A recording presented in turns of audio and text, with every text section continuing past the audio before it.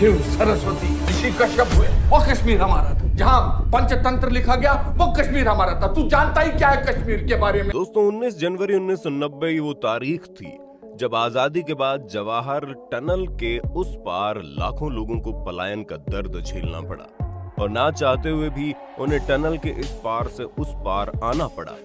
आपके दिमाग में आ रहा होगा ये जवाहर टनल क्या है? तो दोस्तों ये टनल वो रास्ता है जो कश्मीर को जम्मू से जोड़ता है। लेकिन दोस्तों उस दिन ये रास्ता किसी सरहद से कम नहीं था। इस टनल के जरिए लाखों कश्मीरी पंडित अपनी जान बचाकर कश्मीर से जम्मू के शरणार्थी कैंप तक पहुंचे थे। किसी दूसरी कंट्री में शायद ऐसा पहली बार हुआ था जब उस मुल्क की बहुसंख्यक आबादी को न चाहते हुए भी अपना घर बार छोड़ना पड़ा था। सवाल ये कि आखिर उस दिन ऐसा क्या हुआ जिससे रातों रात कश्मीरी पंडितों को अपना घर बार छोड़ने पर मजबूर होना पड़ा? जानना चाहते तो बने रहिए वीडियो के एंड तक। दोस्तों हाल ही में रिलीज हुई मूवी द कश्मीर फाइल्स में एक कहानी नहीं बल्कि कश्मीरी हिंदुओं की उस सच्चाई को दिखाया है जिसको इतिहास ने हमेशा दबा के रखा था।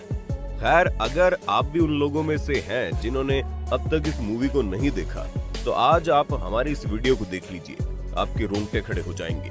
दोस्तों ये बात सच है कि माइनॉरिटीज के साथ कई बार बहुत खराब व्यवहार हुआ है, पर यह भी सच है कि कश्मीरी पंडितों के साथ भी उतना ही खराब व्यवहार हुआ है या कहें उससे भी ज्यादा। ऐसा लगता है हमारा सिस्टम खुद से ही डरता है क्योंकि उन्हें यकीन है कि हम लोग अपने लोगों को बचा नहीं पाएंगे, इसलिए हम ये मानने से भी डरते हैं कि कश्मीरी पंडितों के साथ बुरा हुआ है।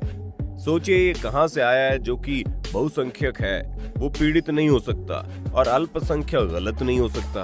क्या हम ऐसा नहीं कर सकते कि लोगों को बहुसंख्यक और अल्पसंख्यक के चश्मे से देखना छोड़कर उनके लोकल और उनके मुद्दों को देखना शुरू कर दें? खैर मुद्दे से न भटकते हुए आज आपको बताते हैं कश्मीरी पंडितों का पूरा सच, जिसको सुनने और देखने के बाद यकीन मानिए आपके होश उड़ जाएंगे। वीडियो को शुरू करें इससे पहले वीडियो को लाइक और ज्यादा से ज्यादा लोगों में शेयर करना तो बनता है। तो चलिए बताते हैं आपको कश्मीरी पंडितों की वो भयावह कहानी जिससे आपके होश न उड़ जाएं तो बात ही क्या है। दोस्तों ये कहानी शुरू होती है राजनीति से और इस कहानी की शुरुआत होती है फारूक अब्दुल्ला से, जिन्होंने साल 1982 में अपने पिता शेख अब्दुल्ला के बाद सीएम के पद की शपथ ली। इसके बाद आता है साल 1983 जब फारूक अब्दुल्ला की नेशनल कॉन्फ्रेंस इंदिरा गांधी के कांग्रेस के खिलाफ चुनाव में उतरी और न सिर्फ उतरी बल्कि इलेक्शन को जीता भी। साल 1984 के लोकसभा चुनाव में फारूक अब्दुल्ला और इंदिरा गांधी की कड़वाहट और ज्यादा तूल पकड़ने लगी। इसी कड़वाहट का नतीजा था साल 1984 में कश्मीर का सत्ता परिवर्तन। दोस्तों फारूक अब्दुल्ला के जीजा गुलाम मोहम्मद शाह ने नेशनल कॉन्फ्रेंस के 13 विधायकों को और कांग्रेस के 26 विधायकों को जोड़कर फारूक अब्दुल्ला को सत्ता से बाहर कर अपनी सरकार बनाई। इस सरकार का कश्मीर के लोगों ने जमकर विरोध किया और धरना प्रदर्शन किया गया। दोस्तों शायद आपको ये बात पता भी ना हो लेकिन कश्मीरी पंडितों पर सबसे पहले हिंसा का मामला सामने आया 1986 में ही, जब अयोध्या में राम मंदिर का ताला खोला गया। इसके बाद तुरंत अनंतनाग में कई कश्मीरी पंडितों और हिंदू मंदिरों पर हमला किया गया। दोस्तों आप इस घटना से समझ गए होंगे कि कश्मीरी पंडितों को मारने का ये सिर्फ एक ट्रेलर था। 19 जनवरी को तो कश्मीरी पंडितों को खूनी फिल्म से रूबरू करवाया गया। खैर आपकी जानकारी के लिए बता दें कि उस दौरान मंदिरों और मस्जिदों पर भड़काऊ पोस्टर भी लगाए जाते थे, जिसकी वजह से सरकारी ऑफिस में हिंदू काम करने वाले लोग मास कैजुअल लीव पर चले गए। अब घाटी में माहौल बिगड़ता देख 7 मार्च 1986 को गुलाम मोहम्मद शाह की सरकार को हटा दिया गया और इस तरह आजादी के बाद पहली बार घाटी में राष्ट्रपति शासन लागू कर दिया गया। वैसे आपको ये बात पता थी? कमेंट में बताना ना भूलें। दोस्तों घाटी का माहौल बिगड़ने में सबसे ज्यादा जिम्मेदार साल 1987 के विधानसभा चुनाव थे। जी हाँ दोस्तों, इन चुनाव से ठीक पहले फारूक अब्दुल्ला ने कांग्रेस से हाथ मिला लिया, जिसके बाद फारूक अब्दुल्ला कश्मीर में रह रहे लोगों के नजरों में ऐसे नेता बन गए जिन्होंने कांग्रेस के आगे खुद को समर्पण कर दिया।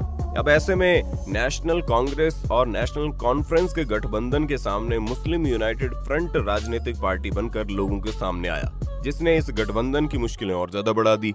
जीतने के बावजूद अलगाववादियों ने अब गठबंधन की सरकार पर आरोप लगाना शुरू कर दिए। धीरे धीरे घाटी में कट्टरवाद फैलना शुरू हो गया। इसके बाद साल 1988 आते आते सिनेमा घर, पार्क, ब्यूटी पार्लर सब कुछ आतंकवादियों के निशाने पर था। चुनाव की आड़ में अलगाववादियों ने इस्लाम खतरे में है का नारा लगाना शुरू कर दिया। वहीं दूसरी तरफ JKLF ने कश्मीर छोड़ो का नारा भी बुलंद किया और ये वही दौर था जहां से शुरू हुआ हत्याओं का सिलसिला। दोस्तों, क्या आपको पता है कश्मीरी पंडितों में सबसे पहले किस पंडित की हत्या की गई? नहीं जानते तो कोई बात नहीं, हम बताते हैं, लेकिन उससे पहले चैनल को सब्सक्राइब और वीडियो को लाइक कर देना। साल 1989, तारीख 14 सितंबर। इस दिन हत्या हुई भाजपा के अध्यक्ष और वकील टीका लाल टपलू की। इसके बाद 4 नवंबर 1989 को JKLF के मकबूल भट्ट को फांसी की सजा देने वाले न्यायाधीश नीलकांत गंजू को भी मौत के घाट उतार दिया गया। आपको शायद पता भी होगा कि इन हत्याओं की जिम्मेदारी खुद JKLF ने ली थी। दोस्तों, आप यकीन नहीं करेंगे, उस वक्त मस्जिदों में, सड़क पर, गलियों में हर तरफ एक ही नारा दिया जाता था, रालिव गालिव या चालिव। आप जानते हैं इसका मतलब क्या होता है? दोस्तों, इसका मतलब होता है कि हमारे साथ मिल जाओ या मरो या फिर भाग जाओ। आलम यह था कि 8 दिसंबर 1989 को तत्कालीन VP सिंह की सरकार में गृह मंत्री और मुख्यमंत्री मोहम्मद सईद की बेटी का अपहरण JKLF के आतंकवादियों ने कर लिया, जिसके एवज में सरकार को ना चाहते हुए भी JKLF के बीच 5 आतंकवादियों को छोड़ना पड़ा। दोस्तों, उस दौर में सरकारी जॉब करने वाले हिंदू आतंकवादियों के निशाने पर थे।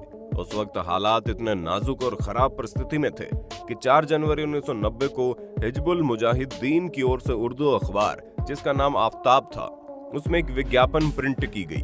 उस विज्ञापन में लिखा था, कश्मीरी पंडित यहाँ से चले जाए नहीं तो अंजाम बुरा होगा।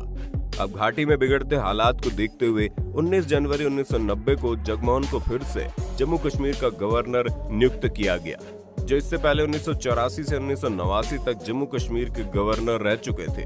फारूक अब्दुल्ला ने इस फैसले के विरोध में अपने मुख्यमंत्री के पद से इस्तीफा दे दिया और इंग्लैंड रवाना हो गए। हुआ ये कि जगमोहन की नियुक्ति अलगाववादियों के लिए आंख का कांटा बन गई और तो और इसके बाद कश्मीरी पंडितों पर हमले और ज्यादा तेज हो गए। दोस्तों, कश्मीरी पंडित 19 जनवरी की रात को कयामत की रात की तरह याद करते हैं। उनके घरों को जलाया जा रहा था, उन्हें मारा जा रहा था और तो और उनकी बेटी और पत्नियों को अगवा कर उनके साथ रेप करके जिंदा जलाया जा रहा था। यही वजह थी कि दोस्तों 19 जनवरी 1990 को कश्मीरी पंडित रातों रात कश्मीर छोड़ने पर मजबूर हो गए। दोस्तों, उस रात घरों में सामान बिखरा पड़ा था। गैस स्टोव पर देगचियां और रसोई में बर्तन इधर उधर डले हुए थे। घरों के दरवाजे खुले थे। हर घर में ऐसा ही समा था। ऐसे लगता था भूकंप के कारण घर वाले अचानक अपने घरों से भाग खड़े हुए हों। हुआ भी ऐसा ही था। फर्क केवल इतना था कि ये प्राकृतिक आपदा का नतीजा नहीं था। दोस्तों, सिर्फ एक रात में करीब 1-2 नहीं, 1000-1500 नहीं, बल्कि 2.5 लाख से लेकर 3 लाख कश्मीरी पंडित घर छोड़कर भाग गए थे। अगर आंकड़ों से कश्मीरी पंडितों का दर्द बयां हो पाता तो जरा इसे समझिए।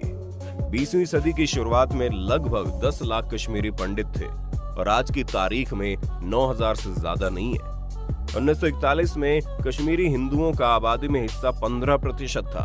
1991 तक इनकी हिस्सेदारी सिर्फ 0.1% रह गई। जब किसी समुदाय की आबादी 10 लाख से घटकर 10,000 से भी कम रह जाए तो उसके लिए एक ही शब्द है, वो है नरसंहार। दोस्तों, इस दिन को याद सिर्फ और सिर्फ पलायन की वजह से किया जाता है। ऐसा नहीं है कि 19 जनवरी के बाद कश्मीर में किसी पंडित की हत्या नहीं हुई। दोस्तों, घर छोड़ना, मार पिटाई, ये तो वो दर्द है जो हमें दिखता है, समझ आता है, लेकिन हम वो दर्द देख ही नहीं पाते जो हमें दिखता नहीं है।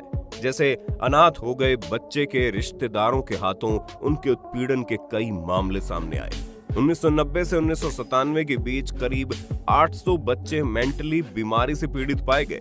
इतना ही नहीं दोस्तों, महिलाओं के हालात तो पलायन के पहले भी खराब थे और बाद में भी। उनके ऊपर फिजिकली और मेंटली इतना ज्यादा प्रेशर था कि इन महिलाओं का मेनोपॉज 40 साल की उम्र से पहले ही हो गया। आपको जानकर हैरानी होगी कि इनमें से कुछ महिलाएं तो ऐसी थी जिनकी उम्र 34 साल से भी कम थी। दोस्तों, पिछले 32 सालों से इन्हें इंतजार है उस वक्त का जब इनके कातिलों को सजा मिलेगी और ये अपने घर बेखौफ होकर जा पाएंगे और सर उठाकर उन्हीं गलियों में घूम सकेंगे जहां कभी इनका हंसता खेलता बचपन बीता था। हालांकि नरेंद्र मोदी की सरकार ने 2015 में कश्मीरी पंडितों के पुनर्वास के लिए 2000 करोड़ रुपए के पैकेज की घोषणा की थी, पर आप खुद सोचिए इतने लोगों का इससे क्या ही होगा। कितने फ्लैट मिलेंगे और कितनी नौकरियां बटेंगी। खैर दोस्तों, 19 जनवरी का दिन उन तमाम मजबूरियों और दर्द का दिन है जब आपके अपने लोग आपको अपने घरों से भाग जाने को मजबूर करते हैं। सरकार आपका साथ नहीं देती और फिर आपके दर्द को भुला दिया जाता है। वैसे तो हमारे भारत में कई जगहों पर अत्याचार हुए हैं, उन पर बात भी होती है, लेकिन कश्मीरी पंडितों पर हुए अत्याचार को सेक्युलर रहने और देश में समरसता लाने के नाम पर बहा दिया जाता है। कहीं ना कहीं हमें इस बात को मानना पड़ेगा कि कश्मीरी हिंदू न 1990 में घाटी के भीतर सुरक्षित थे और ना ही आज है। खैर, इस बारे में आप क्या सोचते हैं? आपको नहीं लगता सरकार को कश्मीरी पंडितों को उनका हक दिलाना चाहिए, उनके घर पहुंचाना चाहिए? अपनी राय कमेंट में देना मत भूलना। वीडियो पसंद आए तो वीडियो को लाइक और अपने दोस्तों में शेयर करना मत भूलना दोस्तों।